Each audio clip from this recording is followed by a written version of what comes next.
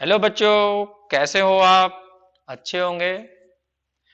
अब हम simplex method के बच्चों जो है एक टॉपिक नया लिया हमने, reduction of feasible solution to basic solution in LPP. मतलब क्या है? किसी लीनियर प्रोग्रामिंग प्रॉब्लम का तुम्हें फिजिबल सॉल्यूशन दिया गया होगा और उसे हमें बदलना होगा बेसिक फिजिबल सॉल्यूशन में। तुम्हें याद होगा फिजिबल सॉल्यूशन किसे कहते हैं? एक बार मैं हल्का सा बता देता हूं। फिजिबल सॉल्यूशन क्या होता है? जो सारे कंस्ट्रेंट को सेटिस्फाई कर दे और नॉन नेगेटिव रेस्ट्रिक्शन को, उसे बोलते थे हम फिजिबल सॉल्यूशन। सपोज करिए, मान लीजिए एक हमारी यहां पर, मैं 1 मिनट के लिए तो मैं ड्रॉ करके दिखा देता हूं, ग्राफिकली बता देता हूं मैं। मान लीजिए ये हमारी है एक्स एक्सिस और ये, सॉरी, वाई एक्सिस, और ये है हमारी एक्स एक्सिस। एक कंस्टेंट हमारा ऐसा है, दूसरा कंस्टेंट सपोज करिए इस तरह का है, तीसरा कंस्टेंट हमारा इस तरह का है। इस कंस्टेंट से ऊपर वाले पॉइंट लेने हैं, इस वाले से इधर वाले लेने हैं, इससे नीचे वाले लेने हैं और फर्स्ट क्वाड्रेंट के अंदर लेने हैं। तो हम यदि बात करें तो ये हमारा बन गया अंदर वाला फिजिबल रीजन। याद है तुम्हें? नाम रख देता हूं मैं। सपोज करिए ये एक्स एक्सिस है, ये एक्स एक्सिस है, ये वाई एक्सिस है, एक पॉइंट ये ओरिजिन है, ये ए पॉइंट कहा हमने, ये बी पॉइंट कहा, ये सी पॉइंट कहा, ये डी और ये ई। तो ये जो अंदर वाला है ये हमारा फिजिबल रीजन जो सारे कंस्टेंट को सेटिस्फाई कर रहा है। और नॉन नेगेटिव रेस्ट्रिक्शन कौन से हैं? ये वाले कि फर्स्ट क्वाड्रेंट में होना चाहिए। तो इसे बोलते हैं हम फिजिबल रीजन। और इसके अंदर जो भी पॉइंट है वो उस प्रॉब्लम का क्या होता है? एक फिजिबल सॉल्यूशन होता है। इसके अंदर कितने पॉइंट है? इनफाइनाइट। चाहे वे बाउंड्री पे पॉइंट भी हैं, वो ये वाले पॉइंट, ये सब हमारे क्या कहलाते हैं? फिजिबल सॉल्यूशन जो इस रीजन के अंदर है। अब इनमें से छांटना होता है हमें बेसिक। तो तुम्हें पता होगा जितने भी कॉर्नर पॉइंट होते हैं इस फिजिबल रीजन के, वे सारे ही बेसिक फिजिबल सॉल्यूशन होते हैं। तो तुम्हें ये बताया गया था कि जितने भी बेसिक फिजिबल सॉल्यूशन होते हैं वो सभी फिजिबल होते हैं, लेकिन प्रत्येक फिजिबल सॉल्यूशन बेसिक नहीं हो सकता। अब बेसिक के लिए तुम्हें कंडीशन पता थी। मान लीजिए हमारे नंबर ऑफ वेरिएबल तो n है, याद है तुम्हें? शायद मैं बेसिक उसकी बात बता रहा हूं जो तुम्हें पहले करवा चुका मैं। नंबर ऑफ बेस ये वेरिएबल्स हैं उस प्रॉब्लम के अंदर, m हमारे नंबर ऑफ कंस्टेंट है या नंबर ऑफ इक्वेशन कह दीजिए, नंबर ऑफ कंस्टेंट है।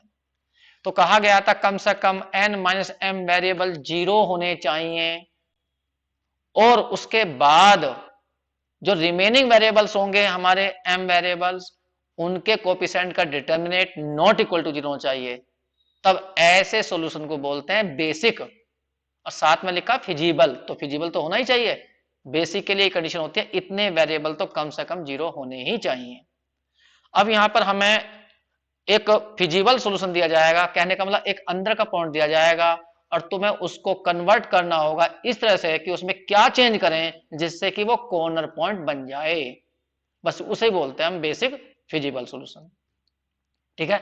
तो अंदर का पॉइंट दिया गया होगा, तुम्हें यहां पर जो है ये वाले पॉइंट, ये वाले पॉइंट कॉर्नर पॉइंट में बदलना है, उसको बेसिक फिजिबल में कन्वर्ट करना है। तो उसके लिए एक मेथड है, तो मैं मेथड बता रहा हूं, मैं उसकी थ्योरम प्रूफ नहीं करूंगा, सीधा मेथड बता दूंगा।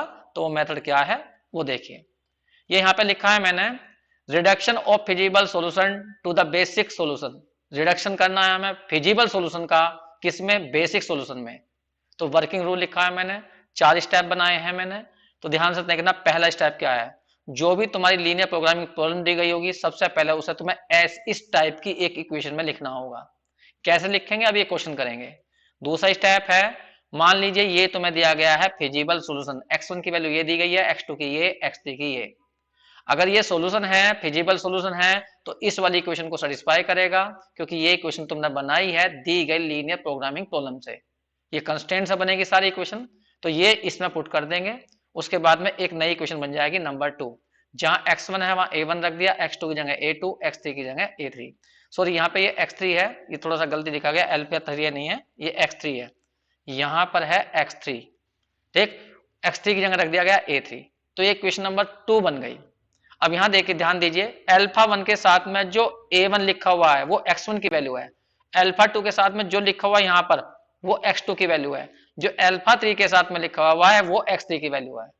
होगा क्या, मैं बाद में इस इक्वेशन को बदलूंगा, यहां a1 a2 a3 की जगह ऐसा कुछ चेंज करूंगा जिससे कि इनमें से a1 या a2 या a3 जीरो हो जाएगा।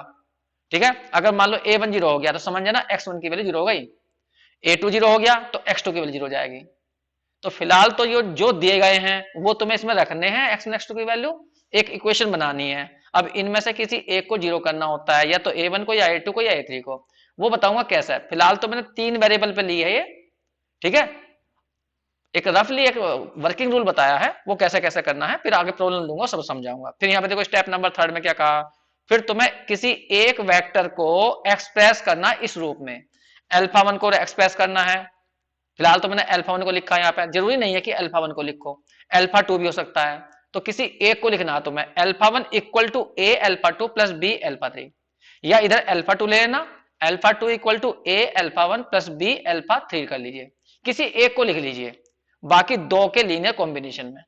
ठीक, अल्फा 1 लिख दिया हमने अल्फा 2 और अल्फा 3 के लीनियर कॉम्बिनेशन में, तो तुम्हें यहाँ ए और बी की वैल्यू निकाल लेनी है। सही है, तो ये दो इक्वेशन बन जाएंगी, एक तो होगी सेकंड और एक होगी थर्ड। तुम्हें सेकंड में से किसी एक को गायब करना है। यहां से सपोज करिए अल्फा 1 गायब करना, तो इस इक्वेशन से अल्फा 1 जो आया उसमें भर देना, तो अल्फा 1 गायब हो जाएगा, तो ये पूरी इक्वेशन अल्फा 2 अल्फा 3 में बचेगी। जब इसमें से अल्फा 1 गायब हो जाएगा तो उसका कोफिशिएंट तुम अपने आप ही अल्फा 1 का क्या ले सकते हो, जीरो। जब अल्फा 1 रहेगा नहीं इसके अंदर, ये इसके अंदर अल्फा 2 रहेगा या अल्फा 3 रहेगा, तो अल्फा 1 का कोफिशिएंट हम क्या कर लेंगे, जीरो। तो वही हम चाह रहे हैं कि a1 जीरो हो जाए या a2 जीरो हो जाए। तो कुछ नहीं करना तुम्हें, यहां से जो है जो दूसरी क्वेश्चन बनाई है तुमने, इसकी हेल्प से किसी एक को गायब करना होगा, अल्फा 1 को या अल्फा 2 को या अल्फा 3 को। तो उसको गायब करने के लिए ही एक थ्योरम है, और वो थ्योरम मैं डायरेक्ट बता रहा हूं। तो मैंने यहां पे लिख दिया एलिमिनेट एनी वन वेक्टर, एक वेक्टर को एलिमिनेट करना होगा सेकंड से, हेल्प किसकी लेनी है, थर्ड की। लेकिन कैसा खत्म करना होगा, ये यहां पर एक थ्योरम दी गई है, v equal to maximum lambda i upon x i. जैसे कि मान लो लैम्डा की वैल्यू 3 हो गई, lambda 1 lambda 2 lambda 3 upon x1 x2 x3। फिलहाल तो मैंने एक रफ दिया एग्जांपल, ये उसके ऊपर ही वर्किंग रूल लिखवाया है। तो यहां पर लैम्डा 1 लैम्डा 2 क्या है वो मैंने तुम्हें बताया, यहां पर देखो नीचे लिखा मैंने, ये है लैम्डा 1 का मतलब है यहां पर, एक मिनट को मैं इक्वल और लगा दूं, यहां पर लैम्डा 1 का मतलब है जो इक्वेशन तुमने थर्ड बनाई होगी उसमें अल्फा 1 का कोफिशिएंट देखना, अल्फा 1 का कोफिशिएंट जितना भी है वो यहां लिखना, अपॉन में x1 करना, x1 तुम्हें ऊपर दिया गया होगा a1, फिर कॉमा लगाना, फिर इसके अंदर अल्फा 2 का कोफिशिएंट लिखना। लेकिन एक बात ध्यान रखनी, अल्फा 2 और अल्फा 3 सबको तुम्हें लेफ्ट हैंड साइड में ले आना, मतलब इस इक्वेशन को इस टाइप में बना लेना, माइनस के a अल्फा 2 और माइनस के क्या आ जाएगा b अल्फा 3 इक्वल टू 0, तब इसके कोफिशिएंट चेक करना। सही है, एक तो कोफिशिएंट ऑफ यहाँ पे देखना है तुम्हें किसका, अल्फा 2 का, अल्फा 2 का जैसा माइनस ए है तो माइनस ए अपॉन x2 लिखना है, कोफिशिएंट ऑफ अल्फा 3 का लिखना है यहाँ पर, और अपॉन में x3 लिखना है। अभी मैं इस सारे मेथड को एक क्वेश्चन से क्लियर करूंगा कि हम कहना क्या चाह रहे हैं। ठीक है, बहुत आसान मेथड है, कुछ नहीं है, बड़ा सिंपल सा है। देखिए एक क्वेश्चन लिया गया, ये रहा, इस क्वेश्चन को समझ लीजिए, अपने आप मेथड क्लियर हो जाएगा। x1 x2 x3 कहा गया है, इस प्रॉब्लम का ये फिजिबल सॉल्यूशन है। तो फिजिबल सॉल्यूशन का मतलब है ये सारे केवल दो ही कांस्टेंट है, ये रहे, इन दोनों को सेटिस्फाई कर रहा होगा। रख के देख लीजिए, x1 की वैल्यू 2, x2 की 3, x1 की वैल्यू 1, यहां रख के देखो, सोल्व करो 11 आएगा, इसमें रख के देखो 14 आएगा। ठीक है, और ये सारी वैल्यू x1 x2 की कैसी हैं, 0 से बड़ी भी हैं। तो ऐसा सॉल्यूशन जो किसी सारे कंस्ट्रेंट को सेटिस्फाई कर जाए और नॉन नेगेटिव रेस्ट्रिक्शन को, उसे ही बोलते हैं फिजिबल सॉल्यूशन। तो ये फिजिबल सॉल्यूशन दिया, लेकिन हमें चाहिए बेसिक। तो ध्यान रखिए यहां पर n का मतलब होता है नंबर ऑफ वेरिएबल। इस प्रॉब्लम में अगर ध्यान से देखो, नंबर ऑफ वेरिएबल जो है वो 3 है, और नंबर जो इक्वेशन है वो केवल 2 है। तो बेसिक होने के लिए एक शर्त थी बेसिक सॉल्यूशनों के लिए कि एटलीस्ट n माइनस एम क्या निकला, 3 माइनस 2 इक्वल टू 1 वेरिएबल 0 होना चाहिए, मस्ट बी 0। ये 0 कंडीशन थी बेसिक होने के लिए। और जो बाकी बचेंगे, एक वेरिएबल तो 0 जाएगा, बाकी बचेंगे 2, तो 2 के कोफिशिएंट का डिटरमिनेंट नॉट इक्वल टू 0 होना चाहिए। तो इसमें से एक वेरिएबल हमें 0 करना होगा, या तो x1 या x2 या x3, एटलीस्ट कम से कम एक 0 बनाना पड़ेगा बेसिक सॉल्यूशन बनाने के लिए।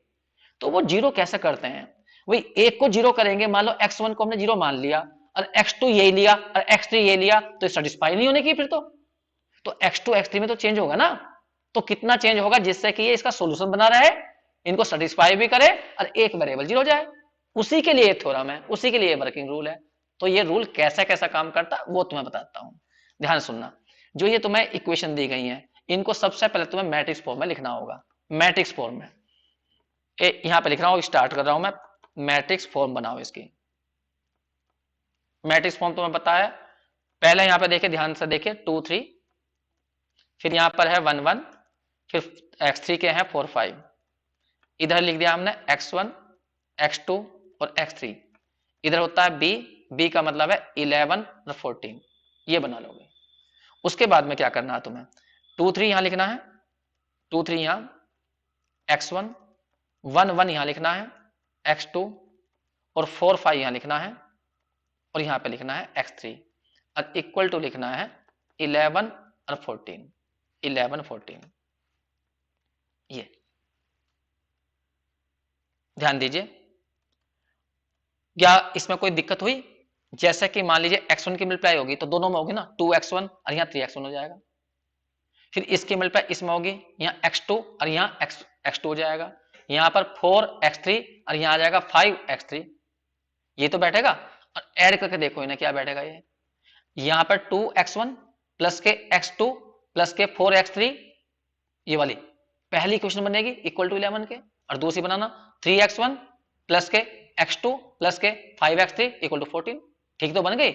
अब इस मैट्रिक्स को कहेंगे अल्फा 1 x1, फिर इसे कहेंगे अल्फा 2 x2 और यहाँ अल्फा 3 x3, और इसे कहेंगे b। ये इक्वेशन कहा थी मैंने स्टेप नंबर 1 में, कहा था कि जो तुम्हारी लीनियर प्रोग्रामिंग प्रॉब्लम दी गई है उसे पहले इस रूप में लिखिए मैट्रिक्स फॉर्म में। इसमें बस ध्यान रखना, अल्फा 1 का मतलब है 2 3, अल्फा 2 का मतलब है 4 5, और अल्फा 3 का मतलब है, नहीं अल्फा 2 का मतलब है 1 1, और अल्फा 3 का मतलब है 4 5, और बी का मीनिंग है तुम्हारा यहाँ पे 11 और 14। बस इन्हें ध्यान रखना। अब बस इसी इक्वेशन में फेर है, बस ध्यान सुनना मेरी बात को। अब हम कहेंगे कि भाई हमें क्या दिया गया है, गिवन गिवन दिया है x1 की वैल्यू, जो सॉल्यूशन दिया है उसे चेक करो कितना दिया था। ऊपर देखो x1 की वैल्यू 2 है, 3 है, 1 है। x1 की वैल्यू 2 है, 2, x2 की वैल्यू 3 है और x3 की वैल्यू 1 है। ये हमारा क्या है, फिजिबल सॉल्यूशन है। अगर ये फिजिबल सॉल्यूशन है तो 100% ये 1 को सेटिस्फाई करता होगा। सो बाई 1 में रखिए यहाँ पर x1 की जगह, तो 2 अल्फा 1 प्लस यहां भर दिया हमने 3 अल्फा 2, x3 की जगह भर दिया 1, तो 1 अल्फा 3 इक्वल टू b। ये इक्वेशन बन गई। अब देखो यहाँ अल्फा 1 के साथ में जो आ रहा है 2, वो x1 की वैल्यू है। अल्फा 2 के साथ जो आ रहा है वो x2 की है। अल्फा 3 के साथ क्या आ रहा है, 1 आ रहा, वो x3 की वैल्यू है। तो मैं ये कोफिशिएंट खत्म करूंगा यहां से, क्योंकि मुझे एक वेरिएबल जीरो करना है। अगर मान लो मैंने ये 3 जीरो कर दिया तो समझ जाओ अल्फा 2 के साथ में कौन था, x2, तो ये x2 की वैल्यू जीरो हो गई। अगर मैंने 2 जीरो कर दिया तो इसका मतलब x1 की वैल्यू जीरो हो गई। तो मैं यहां पर इनमें से किसी एक को जीरो बनाऊंगा, तो वो जीरो बनाने के लिए ही ये थ्योरम लगाई गई है। तो जीरो कैसे बनाना है वो सुनना पहले। अब यहां तक आ गए हम, देखो स्टेप नंबर, पहला स्टेप तक जो गिवन प्रॉब्लम है तुम्हारी, सबसे पहले उसे इस रूप में एक्सपेंड करो। ये मैंने एक्सपेंड कर लिया है। फिर उसमें जो तुम्हें सोल्यूशन दिया गया है वो उसमें सेटिस्फाई करा दो, ये करा दिया। यहां तक आ गए अब हम, यहां तक। अब स्टेप नंबर 3 क्या कहता है, अब वो कहता है किसी एक वेक्टर को दूसरे वेक्टर के लीनियर कॉम्बिनेशन में लिख के देखो। तो अब ये स्टेप नंबर 3 पे आ गया मैं, तो यहां पे स्टेप नंबर 3 लगाऊंगा मैं, लिख देता हूं मैं यहां पे स्टेप नंबर 3 पर आ गया स्टेप नंबर। अब स्टेप नंबर 3 कहता है कि भाई किसी भी एक, या तो अल्फा 1 को या अल्फा 2 को किसी दूसरे के लीनियर कॉम्बिनेशन में लिख लीजिए। मान लीजिए मैंने लिखा a अल्फा 2 प्लस के b अल्फा 3, तो मुझे a और b ढूंढने पड़ेंगे कि भाई a b क्या लिए जाए जिससे कि अल्फा 1 अल्फा 2 अल्फा 3 के लीनियर कॉम्बिनेशन में लिखा जाए। ठीक है, फिलहाल मैंने इसे 3 मान लिया, तो a b ढूंढने पड़ेंगे मुझे। तो ये तुम चाहे अल्फा 1 को लिखिए या अल्फा 2 को लिखिए, वो मर्जी है तुम्हारी। अब यहाँ पे अल्फा 1 की वैल्यू खोलिए, अल्फा 1 की वैल्यू थी 2 3, क्योंकि मुझे a और b ढूंढने, तो यहाँ पे a के a बाहर रखोगे। अल्फा 2 की वैल्यू देखिए कितनी थी, 1 1, फिर b अल्फा 3 की वैल्यू कितनी थी, 4 5। अब इनको सोल्व करिए, इक्वेशन बन जाएंगी, तो उससे ए बी की वैल्यू निकल जाएंगी। एक मिनट जरा मैं ऐसा ऊपर कर दूं थोड़ा सा। देखिए यहां पर कंपेयर करो, इसकी मिल पाए इसमें ए, इसकी इसमें 4b इक्वल टू कितना हो जाएगा 2। एक इक्वेशन तो ये बन गई। इसकी करना इसमें a1 मतलब a, और यहां पे इसकी करोगे 5b और इक्वल टू कितना हो जाएगा 3। ये दोनों इक्वेशन सोल्व करिए आपस में और यहां से a और b की वैल्यू निकालने की कोशिश करिए। मैं डायरेक्ट बता रहा हूं, a की वैल्यू -2 आएगी और b की वैल्यू आ जाएगी 1। इन दोनों इक्वेशनों को सोल्व करने के बाद घटा लीजिए ना, इसमें से ये गया यहाँ पर तो माइनस के b बचेगा, इसमें से घटाओगे माइनस के 1 बचेगा, तो b की वैल्यू 1 आ गई और b की वैल्यू 1 इसमें भर दीजिए तो a की वैल्यू -2 आ गई। अब इनको वैल्यू को थर्ड में भर दीजिए, पुट इन थर्ड, तो इससे ये चल जाएगा पता तुमने कि अल्फा 1 किस तरह से दूसरे दो वेक्टरों के लीनियर कॉम्बिनेशन में लिखा गया। यहां पे a की वैल्यू रखी तुमने कितनी -2 अल्फा 2 और b की वैल्यू यहां पे रखी 1 और अल्फा 3। सबको एक साइड में ले आइए तो अल्फा 1 प्लस के 2 अल्फा 2 अब माइनस के हो गया अल्फा 3। इक्वेशन नंबर ये बन गई 4 तुम्हारी, ये बन गई 4। ठीक है, अब तुम्हें क्या करना है, अब तुम्हें ये देखना है कि भाई इनमें से जीरो किसा बनाना है। तो अब स्टेप नंबर आ गया हम नेक्स्ट वाले पर। यहां देखो स्टेप नंबर थर्ड पूरा हो गया, ये रहा, ये रहा। स्टेप थर्ड कहता है कि किसी एक वेक्टर को लिखिए बाकी दो वेक्टर के लीनियर कॉम्बिनेशन में और इस इक्वेशन को फिर इस रूप में ले आइए। तो देखो मैं ले आया, मैंने लिख लिया है अल्फा 1 को अल्फा 2 अल्फा 3 के लीनियर कॉम्बिनेशन में। ये ए बी भी ढूंढ लिए हैं क्या होंगे, ये रहे ए बी, तो यहां भर लिए, ये बन गया। अब स्टेप नंबर फोर्थ क्या कहता है, स्टेप नंबर फोर्थ कहता है ये अब किसी एक को एलिमिनेट करना है। तो किसको एलिमिनेट करना है, उसको पहचानने के लिए थ्योरम बनाई गई है। तो मैं मैक्सिमम चुनना होगा। मैक्सिमम किसमें चुनना है, पहले कोएफिशिएंट पकड़ना है तुम्हें अल्फा 1 का, ठीक है, अपॉन में x1 डालना है, फिर कोएफिशिएंट लेना है अल्फा 2 का, अपॉन में x2 डालना है। ये यहां से लेना, इस थर्ड वाली से, इस इक्वेशन से थर्ड से हमने ये यहां पे 4 डाल दी है, ये रही 4, या इसे ही थर्ड कह लीजिए कोई बात नहीं है। ठीक है, तो यहां पे लगा रहा हूं मैं स्टेप नंबर 4, बस इसे ध्यान सुनना, बहुत आसान है। स्टेप नंबर 4 कुछ नहीं करना है। तो यहां पर मैंने लिखा मैक्सिमम, हमें जीरो करना है को, तो किसको जीरो करना है वो पहचानने के लिए थोड़ा ये मैक्सिमम। कोएफिशिएंट देखना है तुम्हें किसका, अल्फा 1 का, ए इसके अंदर से, किसके अंदर से, बाई 4 से, 4 लिख दिया मैंने, अपॉन डालना है x1, फिर कोमा, यही काम सबके लिए करना, कोएफिशिएंट ऑफ अल्फा 2 बाई 4 से ही अपॉन में x2 और कोएफिशिएंट ऑफ अल्फा 3 अपॉन में x3। ये रहा, यहां पे लिखिए मैक्सिमम, ऊपर देखिए ध्यान से, कोएफिशिएंट ऑफ अल्फा 1 1 था, x1 की वैल्यू ऊपर दी गई थी, देखो कितनी थी, ये लिखी हुई यहां पे 2 3 1 थी, इसकी 2 थी। कोएफिशिएंट ऑफ अल्फा 2 2 था, x2 की वैल्यू ये रही 3 थी, फिर कोएफिशिएंट ऑफ अल्फा 3 1 था, नहीं यहां पे देखो -1 है, और नीचे x3 की वैल्यू थी 1, ये रही। जो ऊपर सोल्यूशन रखा उससे कह रहा हूं मैं, ये 2x2 है 2 है। अब इनमें मैक्सिमम छांटना, ये 0.5 बैठेगा, ये 0.6 के करीब बैठेगा और ये बैठेगा माइनस में, तो सबसे बड़ी वैल्यू ये आ गई 2/3। ये 2/3 किससे मिली हमें, ये मिली है coefficient of alpha 2 upon x2 से। इसका मतलब जिसका ये कोएफिशिएंट होगा यहाँ अल्फा 2 का, वो ही तुम्हें एलिमिनेट करना है। अगर ये रेशो अल्फा 1 की ज्यादा आई तो अल्फा 1 को एलिमिनेट करो, अल्फा 3 की ज्यादा आई तो अल्फा 3 को एलिमिनेट करना है। बस इस थ्योरम से इतनी पहचान होती है और कुछ नहीं करना होता। तो यहां पर मैं लिख रहा हूं कि तुम्हें एलिमिनेट करना है, एलिमिनेट अल्फा 2 किससे, फ्रॉम लिख देता हूं कौन सी वाली इक्वेशन से, जो ऊपर थी मेन बी वाली इक्वेशन जो थी उससे एलिमिनेट करना है। ये वाली इक्वेशन, इस वाली से 2 से, इसमें से तुम्हें अल्फा 2 को खत्म करना होगा। लेकिन अल्फा 2 खत्म करने के लिए किसकी हेल्प ली जाएगी, इस फोर्थ की हेल्प ली जाएगी। बस ये थ्योरम तो ये बताती है कि एलिमिनेट किसे करना है। तो मैं कह रहा हूं एलिमिनेट अल्फा 2 फ्रॉम किससे, सेकंड से, सेकंड से एलिमिनेट करना, किसकी हेल्प से, by the help of fourth.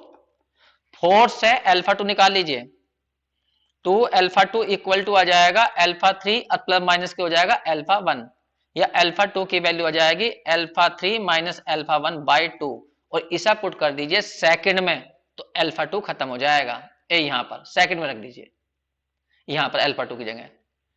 तो 2 क्या था, 2 अल्फा 1 प्लस के 3 अल्फा 2, 2 अल्फा 1 लिख देता हूं मैं, put in second, 2 alpha 1 plus के था 3 अल्फा 2, तो अल्फा 3 माइनस के अल्फा 1 अपॉन 2, अब प्लस क्या था वो देखो ऊपर सेकंड में, ये रहा, प्लस के 1 अल्फा 3 प्लस के 1 अल्फा 3 इक्वल टू बी। बस जी, अब देखो इसके अंदर से है अल्फा 1 के कितने बैठे, अल्फा 1 के 2 तो यहां बैठे और माइनस के 3/2 यहां बैठे, कैलकुलेट करो इसे, 4 1/2 आ गया, तो 1/2 तो आ गया अल्फा 1, और अल्फा 3 के चेक करो, अल्फा 3 के 3/2 तो यहां पर है, अब प्लस का 1 ये रहा, तो ये बैठ गए तुम्हारे 5/2 और यहां पर आ गया अल्फा 3। अब इस इक्वेशन के अंदर देखिए कहीं पर भी इसमें अल्फा 2 नहीं दिखाई दे रहा, जरा मैं सही से लिख देता हूं, तो 1/2 अल्फा 1 प्लस 0 अल्फा 2 अब प्लस के 5/2 अल्फा 3 इक्वल टू बी। अब इस इक्वेशन की कंपेयर एक बार जो मेन इक्वेशन थी शुरू वाली उससे करिए, इस वाली से, इस 1 से, तो तुम्हें x1 चल जाएगा पता कि x1 कितना आ गया, x2 कितना आ गया, x3 कितना आ गया। तो इसकी कंपेयर करनी है तुम्हें किससे, 1 से, कंपेयर विद 1, कंपेयर विद 1, उसमें था x1 alpha 1, x2 alpha 2, x3 alpha 3 equal to b, तो तुम्हें चल गया होगा पता, x1 की वैल्यू आ गई 1/2, x2 की वैल्यू आ गई है 0 और x3 की वैल्यू आ गई है 5/2। तो ये इस प्रॉब्लम का बेसिक फिजिबल सॉल्यूशन होगा। इसमें देखिए एक वेरिएबल हमने x2 की वैल्यू 0 कर दी है, एक कंडीशन और भी होती है वैसे, एक वेरिएबल तो 0 हो गया, अब बाकी बचे x1 और x2, उनके कोफिशिएंट का डिटरमिनेंट चेक करो, वो नॉट इक्वल टू 0 होना चाहिए, चेक कर लो, ऊपर देखो, ऊपर x1 का कोफिशिएंट कितना आया, ये रहा, x1 का नहीं किसका चाहिए था, x2 0 कराना तो ना, हाँ, x1 का ये बैठेगा 2 3 और ये बैठेगा 4 5, 2 3 और 4 5, 2 3 और 4 5, जरा निकालना डिटरमिनेंट कितना बैठा, ये बैठ गया 10 हो गया माइनस के 12 हो गया, कुल मिला के कितना आ गया माइनस के 2, जो कि 0 नहीं है। तो ये सॉल्यूशन 100% क्या है, बेसिक फिजिबल सॉल्यूशन है।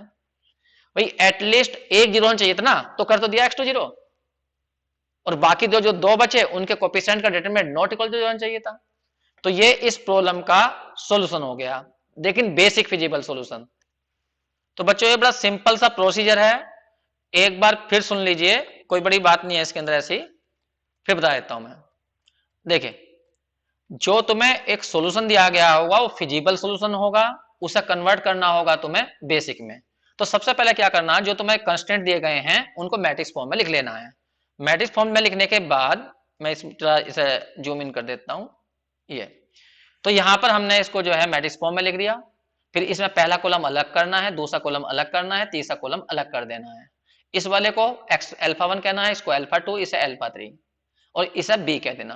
देखिए अल्फा 1 एक कॉलम मैट्रिक्स है, कॉलम मैट्रिक्स हो या रो मैट्रिक्स होता है तो उसे वेक्टर ही बोल देते हैं, ठीक है। लीनियर अलजेब्रा तुमने पढ़ रखा होगा कि ये अल्फा 1 अल्फा 2 अल्फा 3 तीन वेक्टर हो गए, रो मैट्रिक्स हो या कॉलम मैट्रिक्स हो, वेक्टर बोलते हैं। तो यहाँ अल्फा 1 2/3 और अल्फा 2 ये हो गया, अल्फा 3 ये हो गया, ठीक। तो ये हमारी मेन इक्वेशन हो गई जो मैट्रिक्स फॉर्म है, मतलब कुल मिला के कह दीजिए इन दोनों इक्वेशनों को उससे हमने एक इक्वेशन बना ली बस। x1 x2 की वैल्यू जो इसको सेटिस्फाई कर जाएंगी वही इस प्रॉब्लम का सॉल्यूशन होगा।